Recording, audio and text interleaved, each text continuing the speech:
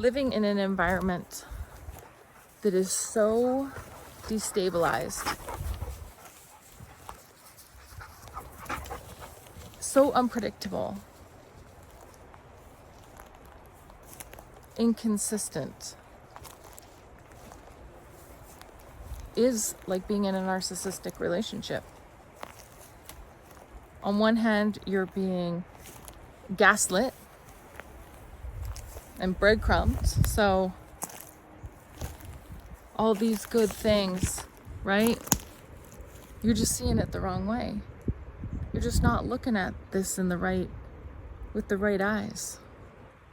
When you know intuitively, you can feel it, sense it, you're experiencing it, that it's not that way at all, and that you're right, but you're just being chipped away at.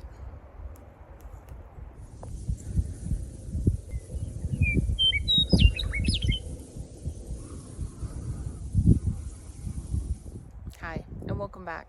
July 17th, 2025. We are out here. It is lovely and cool. The sun is shining. The birds are chirping as usual, thankfully. It's been a crazy few days for weather for us. The rain and the wind that we get is so intense. And I'm sure from looking at the different locations around the world that are experiencing these extremes as well, this is not unusual, and it's just going to continue. So today when I woke up, I had this thought about a metaphor that may be helpful to center people, especially when they're feeling very ungrounded and destabilized. And I hope that it works for you, or that you find it useful. All right. I was thinking about this morning, and about how similar all of these things, right? It's all the same kind of energy of being pulled in directions that we're not wanting to go. And it's like being in a riptide. I don't know if you've ever been in a riptide in the ocean. I have. And thankfully it wasn't that severe, but it was still very scary. 1 minute, I was in some shallow water, enjoying the sunshine, and almost being lured into this riptide because that's where the water was a little more calm. Gaslighting, breadcrumbing. It's like luring me. Come here. The waves aren't as rough as they are right there. Come here. And so you walk in a little bit and you're like, this is nice. This is nice. It's lovely and warm. It's not as rough as it is over there. You know, the sun's beaming down, all of these amazing things. So you go a little further. And the further out you go, you're like, something doesn't feel right. It feels like I'm being pulled somewhere under the surface, under the water. I'm being pulled in a direction that I didn't want to go. I just came here to like float around and look at the lovely sand, enjoy it just casually. But there's something that was pulling my legs. I could feel the sand moving from underneath my feet. And so, you know, you sort of shift to the side and thinking that I just need to get better footing. And as I did, there was no footing. I was being moved out.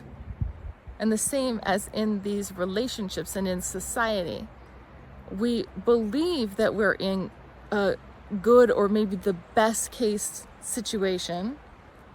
We look around and see how bad it is for other people, and we think, well, it's not that bad for myself, so I'll be okay. I can swim, right? I could get out of this if I want to.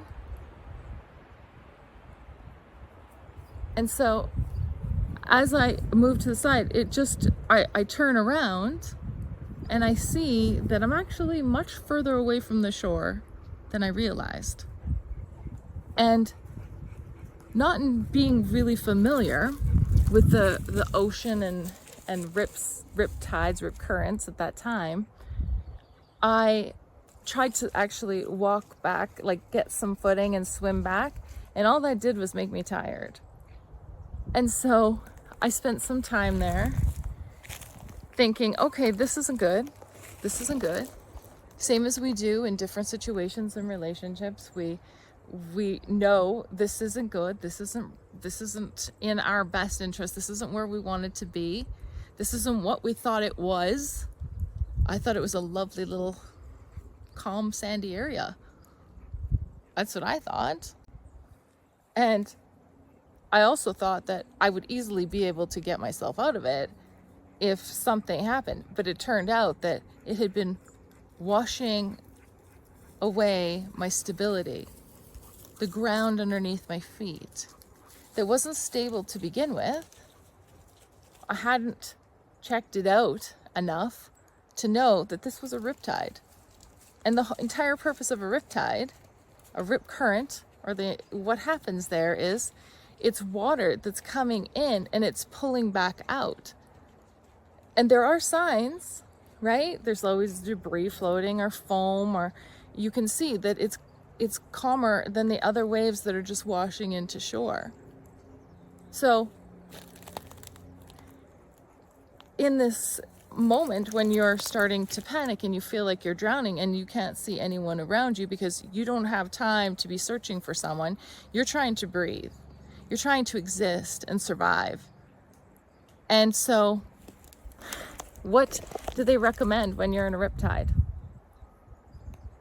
Tread water. Float. Just float.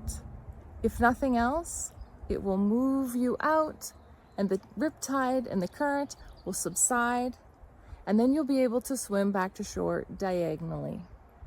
If you're so exhausted, they say, swim out the side parallel to the shore. When you're so worn out, doing anything is like asking you to do everything. It's beyond your scope of capability. So if you're feeling like that's where you're at right now, where there's no ground under your feet, you're being washed somewhere where you never chose to be, and you don't know how to get back to safety, to stability, to the shore, surrender. Not to anyone else, but to yourself. That will help to calm you down. That will help to calm your anxiety. That will help you to breathe so that you can effectively problem solve and regain some of your energy so that you will be able to find your way safely through this. And guess what you'll have learned is to investigate what you're getting into before you dip a toe. You're going to trust your intuition and your knowing. You're going to have more self-awareness to notice that something is happening around you earlier on. Even if you decide to go into that nice water that, you've investigated and searched and you've tried to understand and have an awareness of what this means, what this looks like long term, you also will be able to connect much more quickly to trusting what your soul is telling you. You'll be able to acknowledge and have the awareness and the connection, the mind, body, spirit connection, so that you then are coming from your non-reactionary, thoughtful, intuitive place of self-care and self-recovery, because you've done it before.